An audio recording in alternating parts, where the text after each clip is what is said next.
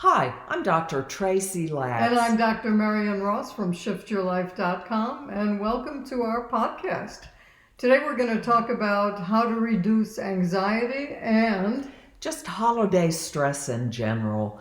You know, we are in the holiday season. Both Hanukkah and Christmas happen at the same time this year. This is 2024. And 'tis the season to be jolly, but many people aren't very jolly, especially when they go and see their families. Tracy, you've been seeing this a lot in your practice. I've been seeing a lot of my practice. And what do you think the major problems and solutions are?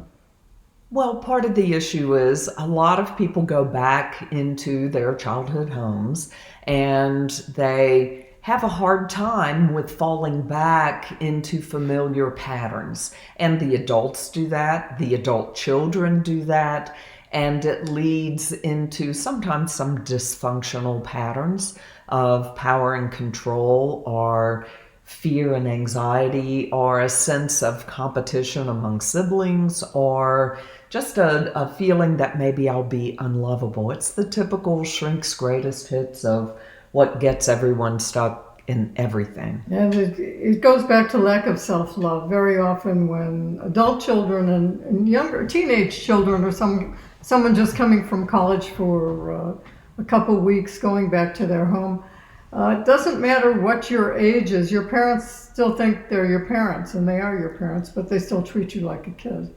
And they're still telling you what to do, and you still have expectations that are coming from the age of 3, 5, 9, whatever, on both sides. So we're not very realistic in what we're getting into. We have all of these preconceived ideas and all of these tapes running in our head from childhood. And sometimes we have to deal with some family that we may not see that often, but we end up seeing them at the family gatherings because a large group of people could be getting together.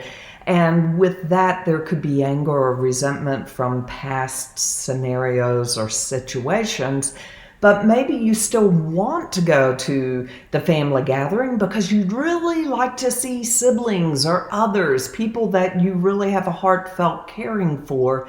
But you know that irritating, annoying person might be there. So Uncle Charlie is there, and you're always going crazy when you talk to him, when you see him, when he interacts with you. So what do? You don't ignore Uncle Charlie. You look at him like he's an ant or a cockroach.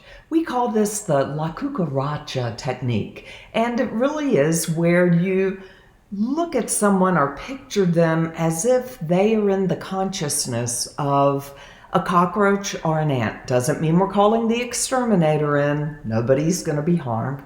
It is an issue of not taking it personally and getting into an observer stance and sort of a little bit of humor involved, because you look at that person as if they are an adult person-sized cockroach or ant, where they have little antennae, they've got their little upper arms, their lower arms are their legs, and then you imagine they have another set of arms coming out their side, but they're wearing human clothes.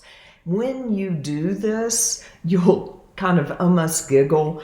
You will get in a much lighter space where you don't take things as personally. And that's a wonderful technique to use when you're still harboring anger or resentment, to sort of distance yourself. And it helps when you go into family gatherings and you have a wingman and you tell them, look, I don't want to get back into the old strife and stress and conflict that I often do because we fall into those old patterns. I want you to remind me somehow. If you see that I'm not using this tool, you can come up next to me and go, La cucaracha, la cucaracha. So just some cue. The idea is really to understand that everyone is at the level of consciousness that they're at, and you're not going to change them. You can only change yourself, which means you change your perception of who they are, and you change your response to who they are and whatever they say. And by being light and not taking anything personally and not expecting more than you're ever going to get, you really change your attitude, your perspective, and you can have a happy experience and enjoy the people you want to enjoy. Of course, if someone is truly being physically, sexually, emotionally, or mentally abusive to you, remove yourself from the situation. There is no tool or technique that will make that be okay.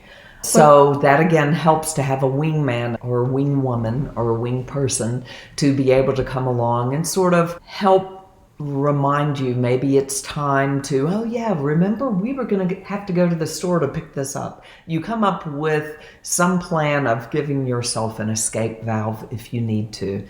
Otherwise, if you're not having to deal with the anger and resentment, but you're a little bit anxious, we often tell people to use the loving, compassionate benefactor meditation, where you picture someone who represents absolute unconditional love and compassion to you, looking deeply into their eyes, feeling yourself receiving love from them. And this gets you into your heart. And once you feel that you're in that heart space, they move around your left shoulder and they're behind you, sending you love and compassion. We do have instructions for this meditation, much more in depth, and a video on Shift Your Life TV on YouTube. And we also have it in our book, which can be downloaded. Bye-bye self-sabotage, drop your baggage, love your life. So understand that you're in control of what you're in control of, but it's only your perception and your actions. You can't control anyone else's.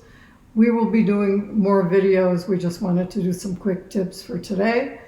Happy holidays. Enjoy your loved ones. Love yourself. Know that you're lovable just the way you are, and you're able to give and receive love freely. This is the season of light, so stand in yours. It just might shift your life.